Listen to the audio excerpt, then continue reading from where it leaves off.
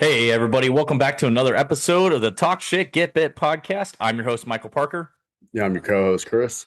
And on this episode, we're going to talk about why consistency is important, especially when it comes to dog training. So there's a lot of different directions we can go with this, right? But I guess what makes consistency so important? And you kind of got to look at it from the working dog perspective versus the pet dog perspective, Like that answer is going to be a little bit different on both sides, but we can just start generically, right? Those aspects that kind of encompass both, right? So the biggest aspect is relationship, right? Like if I'm not consistent with my dog, then I create confusion, which confusion breeds conflict, and that's for house pets or working dogs. And an example of that is, I'll talk from the pet dog side first. Like this is something that those listeners listening that don't have a working dog might understand and be able to relate to is, clients will come in and they'll be like, well, my dog just jumps on everybody, right? Like I'm okay with it, but I don't like it when they do it to grandma. And you're like, okay, well, your dog doesn't understand the difference, right? So it's either none or all. That's one area where you're being inconsistent. Whereas if I cut it all out, but then I kind of make it a command, now I'm being consistent. Oh, I'm only allowed to jump when I'm asked to, right? Or the other aspect is like we don't teach a stay command, we teach an implied stay. Well, if I let the dog get up one time on its own and I don't force it to go back into whatever position it was in, so say a sit, I don't make it go back into a sit, but then the next time I correct it for getting out of its sit, I'm not being consistent, and now the dog is confused, right? So I would say that's probably the biggest impact of consistency is confusion. The biggest thing that comes out of that. Yeah, I agree. And that's so we do the same thing. We don't teach a stay command. Everything that we do is implied, and the reason for that is as you progress and you start getting more into advanced obedience, you want to be able to chain commands. So I want my dog personally, I want to be able to look at him and go, Zita, off, here, off, Zita. And if I have to say stay in between each of those, I mean, that's going to sound ridiculous. Plus, it creates more opportunity for confusion. We have a knack over here about breaking things down to where anybody can understand it. That's one of the biggest points that we've been receiving feedback on. And we compare it to human relationships. So in a relationship with a significant other, if you don't have consistency and you don't have communication that's firm, crisp, clear, understandable, and respectful, you don't have a relationship. I mean, there's no arguing that. You can define it how you want. You can be wrong if you want and disagree, but that's your choice to be incorrect at the end of the day. But long story short, you have got to have a relationship. So it's the exact same when we deal with our dogs. And especially if you have, when we say high drive dogs, we're not necessarily just narrowing it down to Malinois or Dutchies or, Labs can German be high drive. Shepherds. Yeah. I mean, I've seen lots of non high drive Shepherds and I've seen several high drive, border collies and blue heelers and labs and golden retrievers. And so it's really not breed specific, it's dog specific. And if you have a high drive dog, the only thing that dog craves more than attention and affection, food, water, is direction and consistency. Yeah. And with that too, like boundaries. Like you mentioned something that I can't remember exactly what you said, but it made me think of this is the boundaries, setting boundaries in place. I can't have boundaries with the dog if I'm not consistent. I think you were talking about human relationships, and that's kind of what brought that up when you're talking about those different aspects of a human relationship. It's kind of the same with the dog. Like you establish boundary, or you should have boundaries in your relationships. If you don't, I can't help you with that. That's not my lane, but I can help you with having boundaries with your dog. But you should have boundaries with your dog as well, right? Like again, back to the jumping aspect. If my dog is jumping all over me and I allow it, but then I don't allow it when somebody else comes over, I'm being inconsistent. Those boundaries are blurred. Or one time I allow it, but I'm in a bad mood now, so I'm like, get the heck off of me, right? Like I'm being inconsistent, and that inconsistency is blurring those boundaries. Well, am I allowed to do that or not? Or the same with like pulling on the leash. Dog's pulling you all over the place. You have no boundaries with that dog. You're not being consistent either. So you've got to have that consistency to establish those boundaries. And, without boundaries, there can't really be respect. Your dog's not showing you respect. It's walking all over you, and it runs the show. There's not a cohesiveness there at all. And the same with working dogs. Yeah, and that's you mentioned something when you started about applying a command. So if that is something that's possible, it can potentially blur the lines. Again, that's going to be dog specific. If your dog has the capacity to understand and comprehend that, then sure. For example, Cooley knows better than to just go up to anyone to get pets. If I have him in a heel, if I have him with me, you can have treats, you can have a ball, you can do whatever you want. You can stand there and try and call him. He's not going to come to you.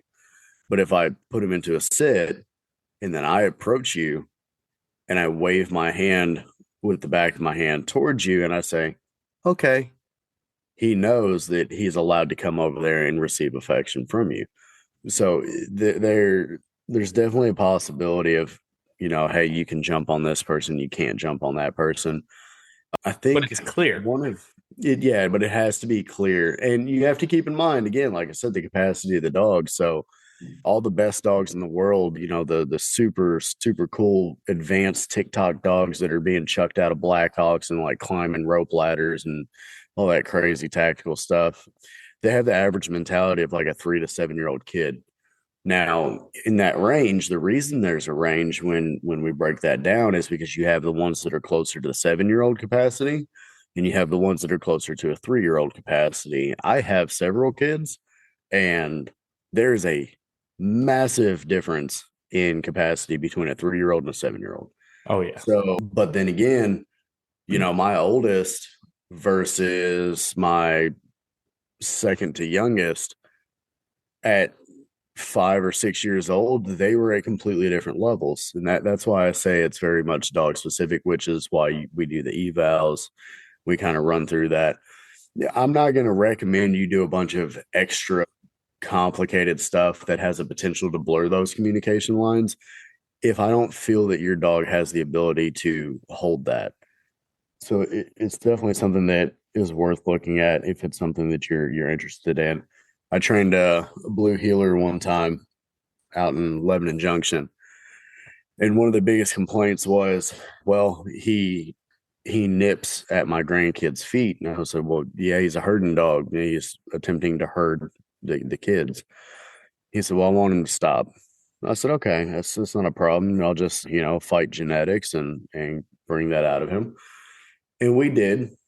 He was very very mannered after that.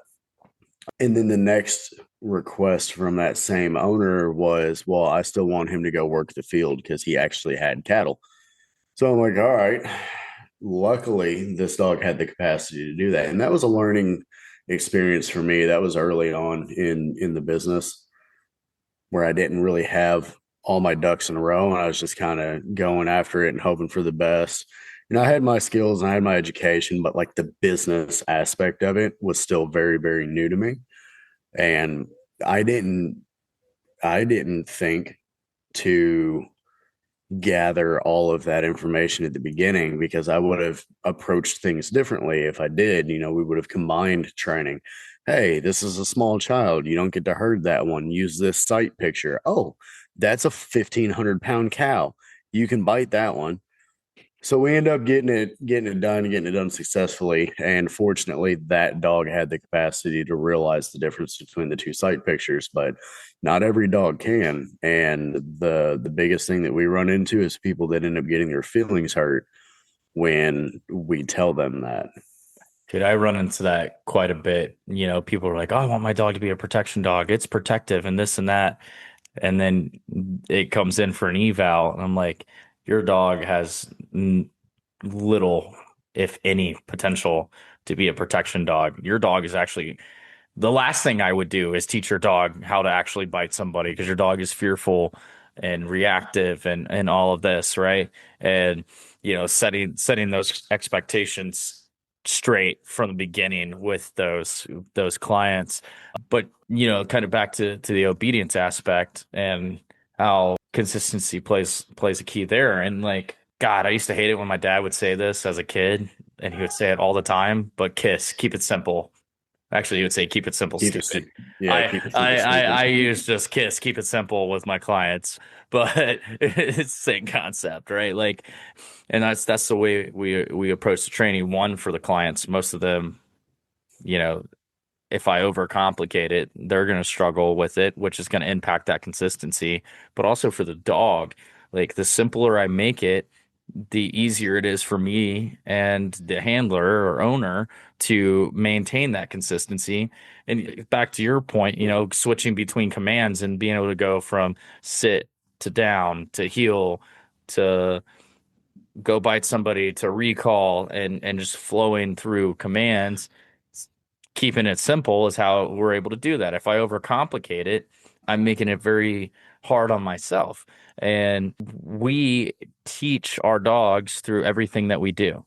Like this ties into reactivity and you know other behavioral issues. They're learned.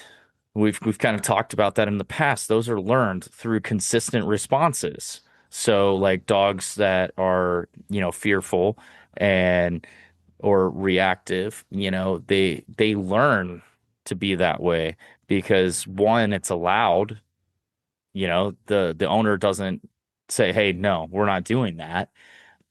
But also by the consistent response from the people that they're lunging, barking, whatever at, because you know you get a 100-pound German Shepherd lunging at the end of the line, barking at you. What's your natural reaction? Well, our reaction is like, yeah, whatever, dude. I'm gonna keep coming. Go But pet that dog. normal people are like, yeah, I'm going the other direction. And every time that happens, guess what that dog has learned? I bark and lunge at the end of the leash, and that thing that I'm afraid of goes away. And it's again, that's consistency. Like that's consistently the response. So everything ties into consistency and working dogs, like protection dogs, for example.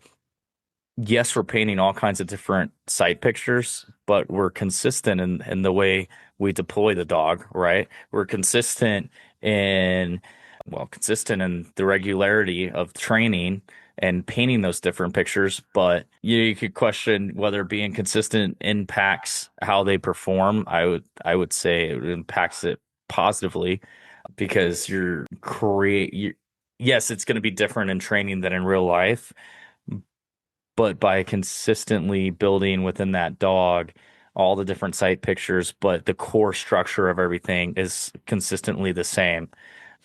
It's not chaotic. It's calm. It's a game, whether it's real life or training, teaching it, you know, as a game so they're not defensive. I mean, I personally don't want to don't train dogs to be defensive. I teach them it as a game because that's how you get that really good on and off switch.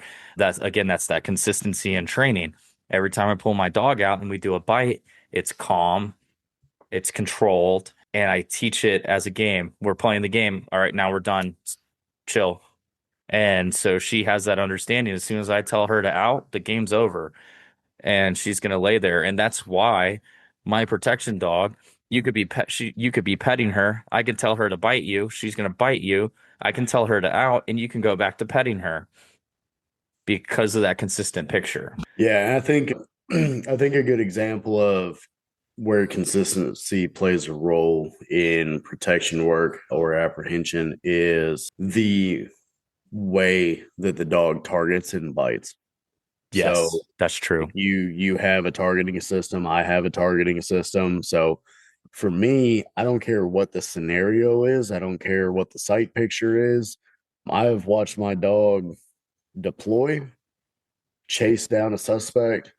The dude, he launched, he missed, and the dude turned and ran back towards me. And the dog completely repositioned himself in order to get that bite in that position that he was trained for.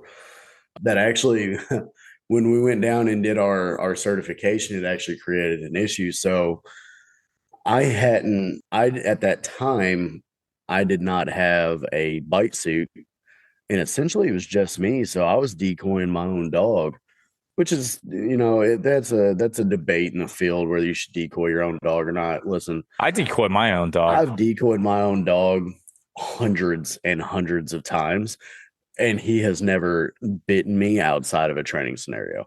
Never even looked like he was going to bite me outside of a training scenario. You know why?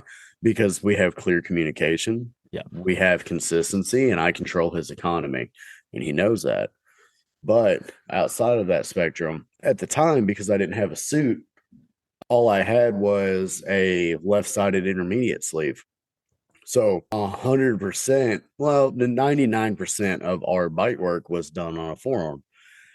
Every once in a while, I was able to have a buddy come out that has a suit, and we would get like some good actually reps in. But when I deployed, when I got to the school, they said, "Hey, is he set up?" I had already been there several times. They said, "Hey, Chris, is he set up on apprehension already?" I said, "Yeah, he's good to go on everything, man. Let's run him."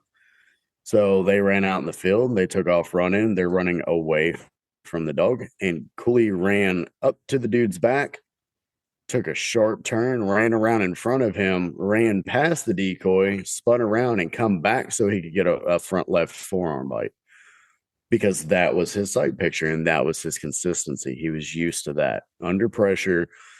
Consistency for those of us that carry, we go to the range. We've talked about this a little bit before. I do not like ranges that will not let you fire from the holster. I don't walk around Walmart with a pistol in my shopping cart like it's sitting on a bench at a range. I don't draw from there. I don't shoot from there. Yeah, it's good for, plinking and just basic marksmanship and target practice. But if you're going to be preparing for an actual encounter or real life situation, you need to draw from the holster. And that's definitely been a muscle memory point, and the consistency hits muscle memory for us and the dog. Yeah, yeah, exactly. Like, I go to the range, I draw the same way and I'll do it, right? And then that muscle memory, now I'm doing it on the move and building that up so that it's muscle memory because guess what? In the chaos of a real life situation for us, right? What's taking effect? Your training, your muscle memory. You don't have time to really about what you're doing. You are responding based on how you have trained. And it's the same with the dog. You're deploying them that are, I don't actually know if dogs have adrenaline. I would assume maybe. If they Uh, have what? if they have adrenaline. So dogs can have elevated cortisol levels, which is essentially the same thing. Yes. Okay. So that adrenaline for us is pumping. I was like, yeah, you know what? I've actually never even looked into that. I'll admit that. I don't know. But I can imagine all of their senses, just like ours, are heightened and focused on what's going on in that situation, and they are reacting on pure instinct. And that instinct is developed by how we train them. So they're going to do exactly what they train to do. So that's why there's that importance in the consistency and the training with the working dogs. Like I have to create that consistent picture. And like to your point, if I consistently have them target the same area, that's what they're going to go for, right? Now, mine, people probably, some trainers might think that she's shitty because she'll bite whatever is there, right? Whatever she gets a hold of first. With that said, she's going to bite. If I have a sleeve on, she's going to target the sleeve and she's going to hit whatever she hits and she's going to latch on and hold. If I have a suit on, she's going to, for whatever part of that suit she gets a hold of first, which is fine. And I will say she's a dirty bitch because like you were talking about how Cooley's never like bit you in real life situations. She hasn't either in real life, but working her, she will try to bite me sometimes when I work her when I'm working her with no gear because that's just as important as working her with gear. The sight picture in a real life situation, the person's not going to have a sleeve on. Or I hope Yeah. not, because if they do, then my dog's not actually really going to bite them. It's going to bite the suit, right? Or the sleeve. But my favorite jacket actually has, I was working there with a jacket on, which I don't usually. It was kind of cold, and I had the jacket on, and now it has teeth marks in it where she nearly missed me and she got a hold of my jacket. But it's all about that consistency in the training. Like, okay, if that sleeve's there, she's gonna target that area. I know because that's consistently been how she's trained. Whereas the suit, she's gonna bite whatever's present. And I allow her that for that very reason, though, like you said, if I always have her bite the same spot, that's where she's going to go for. And so if that's not readily available, she's going to end up pulling a coolie and spinning around the decoy coming back for that instead of just lunging out and biting. And like I said, she's dirty. I feel like if I deployed her at somebody and they were facing her, she's probably going to go for their face or their throat based on how she interacts with me during bite work. Like if you don't put arms or anything up, she's launching, and she's probably going to get you in the face or the throat. Like I don't want to find out, but based on how she reacts, I would say that's probably going to be her go-to unless you put an arm up or, you know, whatever. Yeah, and that's so you mentioned, hey, some people may think that's shitty. That's actually really common in dogs that have only been worked in prey drive or mostly worked in prey drive versus prey and defense. There's nothing wrong with it. A lot of the dogs that I've trained in prey drive solely, when we do step ins, you have to be really careful. And in school, we would use an imaginary line. When I train people up here, I put an actual leash on the ground. So I'll say, okay, get your dog ready, give him the command, we'll get the dog fired up, and I'll watch and I'll say, you plant your feet, and it's that communication is critical because if you waver a half inch, You're that gonna dog bit. has an extra Decoys get a 2 or 3 inches to get closer to me. So we'll, especially if we're working like hidden equipment, like a hidden sleeve under a hoodie or a shirt, we'll put an actual physical leash on the ground. That way, me as the decoy, I can monitor, I can watch the dog and also be able to tell what's going on with that handler, if that handler's moving back and forth, stuff like that. But we'll tow to that line. But dogs, especially dogs that are trained in prey drive, they're going to get whatever they can get first. So if you step over that line, you're probably getting a leg bite, Yeah. and you really have to be cognizant of that and aware. We train in prey and defense for that reason too. We want to create the scenario of handler defense, and a lot of times that's driven from defense drive. But that's why you mix up that sight picture, passive bites, things like that. So I mean, I'm not Cooley's not perfect. I'm not perfect. We still have plenty of room to grow. We did a passive bite the other day, and the decoy that I was using is a green decoy. He's a good dude, and he's very brave to voluntarily get in the suit for Cooley deployments. However, he was not moving his leg enough to activate that prey drive. So I planted Cooley onto the calf. The dude kind of freaked out when he bit the calf because it's a different feeling than he was used to and sensation. So he stopped moving his leg, and Cooley held for a second, come off, and looked the decoy up and down, and then immediately went to the pocket and just drug him across the field. because he wasn't moving. So Yep. he resorted back to that muscle memory from consistency. So that's something that, and that's why training is important because we need to see how the dog is going to react to these different scenarios. We just put a video on our TikTok the other day of Cooley deploying from a vehicle. And he had never been in that scenario before, never been in that situation. So there was mishaps. There was a couple times that he just got amped up and like auto deployed. So me and the decoy were setting up a scenario where the decoy was a homeless guy. I was sitting at a red light and he starts to approach my vehicle talking shit. And I was going to send Cooley out the window. Well, Cooley went after him like 3 times before I even deployed him because he's trained in handler defense and this dude was approaching the vehicle aggressively. Also, because he had a full bite suit on. So he's like, "Oh, I know this game." And he got excited. But once that, we can't let the emotions get involved in it. So I wasn't disappointed and I wasn't mad when that happened. It's a I learning stopped. opportunity. Yeah, it's a learning opportunity for both of us. So I stopped. I corrected it. I outed him. I put him back in the truck.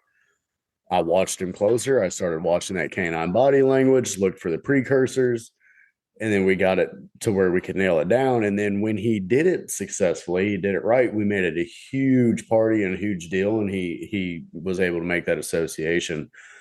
Everything we do with dogs is association. They have to say this means this. This means that.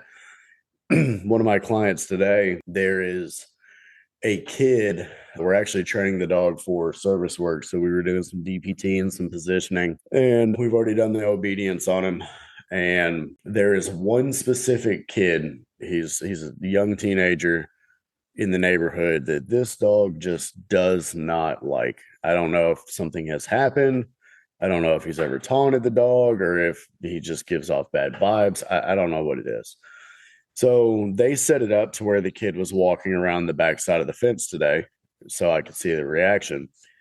And when we went outside, I had spent the last 3 weeks explaining to them that when we correct, we use the word nay.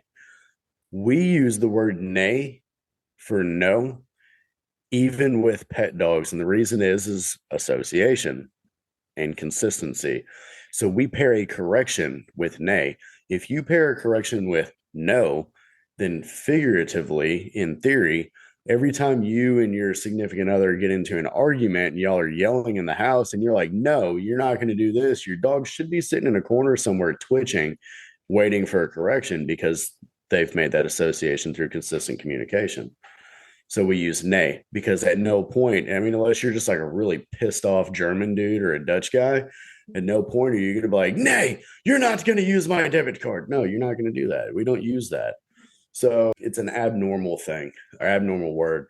When we went outside, every time that the dog, which of course I was monitoring response, monitoring behavior, watching for redirection, watching for over titration, overstimulation. And every time that the dog would notice the kid, I would leave it be. As soon as it made a noise, it got corrected firmly and clearly with no words. What I was doing was creating the association with if I make a noise at that person, I get corrected. The reason is because we don't want to strip the communication away because that's how dogs verbally say, get away from me. I don't like you. You make me uncomfortable. However, there's never a scenario where this kid is within physical contact of this dog. So we're not stripping that power away as a warning for the dog to communicate to us because that's just as important. But we're making the association that if you do this, it's paired with a correction. It took about, I don't know, 12, 13 times. And that 14th time, he growled and corrected himself. And I rewarded that. Yeah, good boy. So when I pop, when I give a pulse using compulsion, when I give a pulse on the correction, he would stop and he would look at me. So what happened that last time, which was where we ended, we always end on a good note, is I didn't give a correction. I waited for him to make his own decision. He growled, he started to bark, he immediately stopped and he looked at me instead. So he got a huge reward for that because you're looking at me for reassurance on how to handle this situation. Right. And see, that's honestly, that's where a lot of people mess up during training. I see it with clients a lot is they don't give the opportunity for the dog to make the decision. We'll use like the climb command for example, like the climb, we use the elevated dog bed to teach that command. And the rules of that are all four paws stay up there. I don't give a shit if you spin in circles, you want to sit down, lay down, whatever, as long as you're up there and you're quiet. Those are the only two rules. All four paws on the climb and you're quiet. And I see clients mess it up all the time. The dog goes right to the edge of the climb and they pop them back on there. And I'm like, well, your dog didn't even break the position yet. And you preemptively corrected them. I'm like, let them make the mistake. And I was like, because you'll find out if you let that dog have that decision. And I see it all the time, when they're learning, they'll like step one paw off and immediately jump back up. Am I going to correct the dog for stepping that one paw off? Or am I going to actually take advantage of that and use it as an opportunity to reward that dog? I'm going to use it as an opportunity to reward that dog. But if I'm correcting it before it even makes the mistake, I'm not even giving it that possibility. And I was like, a lot of times you'll see like the dog will go right up to the edge and then they think about it and they're like, oh. And so where you just corrected the dog, I actually would have rewarded it, you know? But again, that's consistency. The dog is consistently allowed to make a decision. If you make the right decision, it's rewarded. If you make the wrong decision, it's corrected. So then they start to think about what they're doing. But if I correct them preemptively, I'm taking away that possibility and kind of damaging that thought process for the dog. I use so we use no, but again, it's we proof all of these commands, right?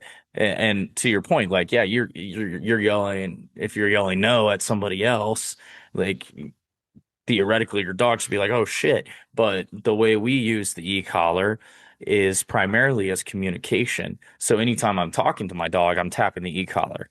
So that way the dog knows that I'm talking to it. And a lot of that is we deal with a lot of reactive dogs or dogs with behavioral issues. And if they're fixating on another dog or a person, or it's a fearful dog and they're just overwhelmed, I could tell them a command 17 times and they probably didn't hear me any of them. Right. So it's a way for me to get through. It's like me tapping you on the shoulder, like, hey, bud, I want your attention. And like if you're hyper fixating on something, you probably don't hear a word I'm saying. So I might have to tap you on the shoulder. Sometimes it might be a little tap. Sometimes it might be a little harder, depending on how hard you're concentrating. It's the same with the dog. So then they learn to associate, oh, there's that tap that comes along with the commands. Because I might say, use the word free in conversation. I might say sit in normal conversation or down and no, right? Like I might use those words in normal conversation. Those are normal words that people use. Uh, Just because I say that word doesn't mean that I'm talking to you, the dog. That's associated with that tap from the e-collar, letting you know, hey, free, which is our release command. Or, come. That's another one. Like that's the word we use for recall, come. Well, I use come all the time. Hey, come over here. Just because I say come here doesn't mean I'm talking to the dog. I could be talking to you. The dog knows it because I say come paired with that tap from the e-collar, letting him know that, hey, I want you to come over here. Right.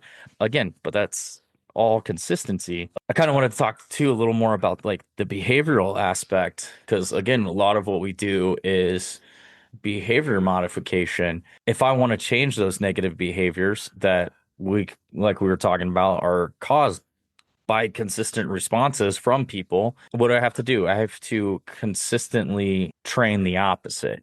So a dog that's underconfident, scared of people, what do I have to do? I have to consistently create positive associations with people or other dogs, and I have to build that up over and over again, along with consistently correcting the bad behavior, or not necessarily bad behavior, the unwanted behavior So I pair that unwanted behavior with a correction consistently, create these good situations consistently so that I rewire and reframe that dog's way of thinking, whether it's about people or dogs or, fear.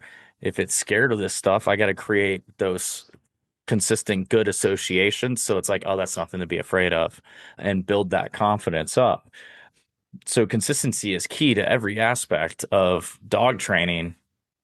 I feel like that's, man, I think we pretty well covered consistency pretty well. Yeah, I agree. The biggest takeaway from this is consistency is key. And we have three fundamentals for dog training. I'm sure you probably do as well.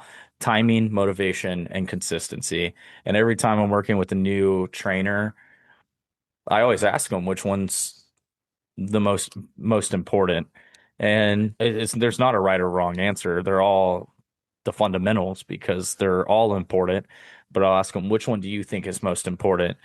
For me personally, I think it's consistency because timing deals with consistency. I have to be consistent with my timing.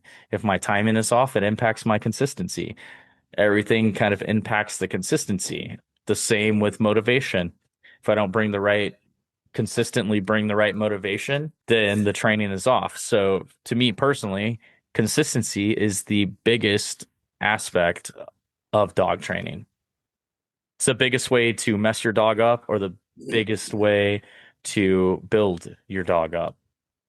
Correct. So we'll transition into the second part of our podcast where we break down a news article. This one is from 2025, so it's not brand new, but it was a really interesting one. Bears mentioning. So this one came out of Martinsville, Indiana. I feel like our last one came out of Indiana too. I don't know what's going on up there with them and canines, but this one in particular, this department, they had a canine. It unfortunately passed away. They got another canine. This one was it a lab or a retriever? One of the Uh, two. Golden retriever that Golden ended up retriever. being reactive. Yeah, and so the dog ended it up, it wasn't really a good fit for this department and what they needed. It was started being reactive towards kids and people and dogs. And one point it actually attacked somebody else's dog, and the handler shot the dog to death, in their words. And then she proceeded to bury the dog, and she did report it immediately to her supervisor. They didn't really do anything about it right up front. They let her come to work, and then they decided to launch an investigation, and probably should follow up on what's happened with that case. But they did launch an investigation, and in Indiana, a canine officer is treated the same as a police officer. If you injure or kill a canine, it is the same punishment as injuring or killing a human officer. So there's that dilemma with it. I'll let you go first on your takes about that situation, man. Yeah, so that was a real interesting decision path. Even in a state that the canine's not protected as an officer, there's a few states, mainly down south. For example, I know Georgia and I think Alabama and probably North Carolina too. If you have your own canine, some departments, especially smaller departments, will allow you, if you're certified, they will allow you to utilize your canine as a canine handler. But aside from like unique circumstances like that, this is in Indiana. I know for a fact Indiana doesn't let you do that. Yeah. So, Oh, they did say that after the first canine passed, there was actually a huge fundraiser to help the department get the money. So I think that's an important part that I missed out is this was the property of the department, right. basically. So I mean, at that, if you know, so even in a state that the dog's not viewed as an officer, okay, we'll view it as a tool or an item. So if you're driving around and the transmission in your patrol car goes out, do you just take it to the scrapyard and sign the title over to them? You're like, all right, well, screw that. I'll just go get another car. No, it doesn't work that way. It doesn't belong to you. You can't just do whatever the fuck you want with it. So with that being said, I mean, no matter how you look at it, it was improper. But to like willingly choose and make your own decision to shoot the dog and then tamper with the evidence by disposing of the evidence is a whole nother issue. And there was a follow up on the article, I think up towards the top, and it said that the county attorney decided not to press charges. I'm imagining that was a part of a either a hush deal or a plea agreement where the officer is no longer an officer and probably had their certification revoked in the state, which is, I mean, that would be the absolute minimum from what I would imagine. When we work with police dogs, one of the biggest things that we emphasize, because there's still some, I'm not going to say who it is, but there are some very large police dog vendors that are still very, very stuck in the old ways. And they're like, raw aggression. That's what you need out of a patrol dog. Listen, Cooley has proven himself to be able to do everything that a patrol dog is required to do: tracking, article search, narcotics detection, apprehension. Doesn't matter. He can do it. He can also go to a daycare and roll around on the floor and be loved on by kids. I can take him to do a demo at a school. I take him to do searches at the schools where we're surrounded by children. We search in elementary school. So I've got little kids that are just running around screaming, and he has to be able to handle all that. If you don't have, the most important part of a social dog or a police dog is having a social dog. So if your dog is animal reactive, it's not cut out to be a police dog. Well, kind of like Too. we talked about on that other one, right? Like where that little dog was pestering that police dog. How, I mean, that dog was initiating it and distracting that canine, but this would be like the opposite. If that dog is dog reactive, then how is it supposed to do its job? And I'm assuming since it was a golden retriever that it probably was only for most likely narcotics. How is it supposed to conduct a narcotics search if it's so focused on other dogs? You can't do your job appropriately if you're focused on other things. Yeah, exactly. I mean that's a whole nother situation. So imagine that one that we covered where the dude punted that little Shih Tzu across the parking lot, or the Yorkie or whatever it was. That dog did very well to stay focused on task and to continue to do its duty. So, I mean, I agree with you. Usually, from what I've seen, retrievers, when they're put into a law enforcement capacity, they're either a single or dual purpose. So it's either tracking and detection or just detection. So when that happens, you you can't. But what if you pull someone over that has a dog with them, and you have to have them and the animal exit the vehicle so you can do an open air sniff of the vehicle?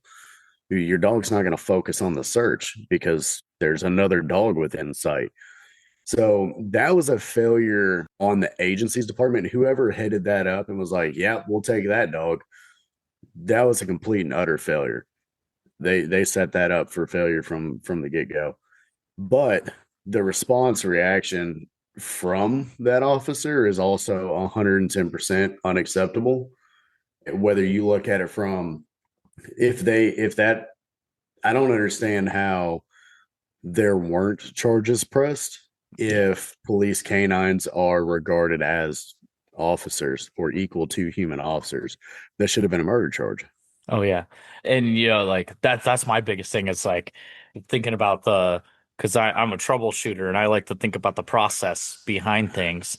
And so my mind is like, what is the train of thought and process that led you to that? Because, if the dog is attacking another dog, take away its air, grab its collar, choke it off of that other dog. Why did you jump to the most extreme reaction possible? And then the other way I look at it is, having lost my service dog and training a new one, there's that. you have to avoid that natural, train of thought. Well, my old dog wouldn't have done this, or my old dog would have done this better, and such forth. And so I could see where having that first dog who was probably stellar, and then having this dog that's subpar could create frustration for that officer. But even then, like, how did you come to that rational or irrational line of thinking to just shoot the dog? One, it's department property. And I love the way you said it, like tamper with the evidence. So you took it out and buried it. You didn't even take it to them. You hit that tells me that there's something else that would transpired. Things probably didn't go as reported. But again, yeah, the failure on the department, I think that's a huge part that needs to be taken into consideration, and that might be part of why there weren't charges pressed, is because the department failed to boot that dog from the program, and they basically disregarded these warning signs that this dog is not a good fit and just tried to push it through. That's a failure on the department, but that even then that still doesn't make the actions of the officer right or appropriate at all. Yeah, and kind of like you said, part of being a handler, we've touched on like maintenance training and education, stuff like that. A lot of departments require an in-service every year, and it's a specific number of hours. And then specialty units usually require a little bit more maintenance training. The field standard 16 hours a month, and we've already covered that in depth. It's not enough. But to look at it, like you have a responsibility. So you carry a weapon at work every day. It's your responsibility to make sure that you are proficient with your firearm. Just like if you are issued a canine, it's your responsibility to make sure that you are proficient in tasks and drills that are required to upkeep, maintain that equipment and that team safely. If you don't know how to safely remove a dog from a situation like that, like you said, pinch off the collar, get that high blood choke, get the dog off, use a bite bar, use a breaker bar. If you don't know how to do that stuff, then you don't really need to be, you're not putting in the time and the effort that somebody else probably would, who may have been able to work with a dog in a better capacity. Maybe not that dog, because like we've determined that was a bad setup from the get-go anyways. But that's like saying, well, I'm a police officer, not a medic. So when your dog goes chasing after a suspect and gets a fracture, you don't know how to field splint it and then litter it back to your vehicle so you can go seek proper veterinary care. That's your responsibility. Like you need to know how to do that shit. And if you don't, you failed yourself and you failed your team and you failed your department. And in turn, you failed your community. You were assigned a task. You volunteered for that task, because most departments don't just wake up and be like, hey, Smitty, you're the new canine dude. Congratulations. Usually there's an application process and people put in for that. So if you're going to put in for that drive, you need to measure up to the task. Yeah, I like the fact that you brought up you failed your community, because that was part of it, is the community raised the money so that the department could get that dog. You really failed the community. Honestly, the department failed the community as well with the dog. But another aspect of it that I kind of popped into my brain while you were talking is she shot the dog to death while it was attacking another dog. So you jeopardize the life of somebody else's dog to do so. Either your train of thought is very Yeah. fucked up, Do you have the or critical thinking ability to hold the position of a law enforcement officer? right, like you really, what were you thinking? Like, were you thinking, like, or it didn't actually go the way that it was said? Those are kind of the two options. Either you lack critical thinking skills, or it didn't actually go down the way you said it went down. But yeah, man, failure. That's the best way to sum this up by the department and that handler. But on that note, thank you guys for tuning in to another episode of the Talk Shit Get Bit podcast. We hope to see you back next time.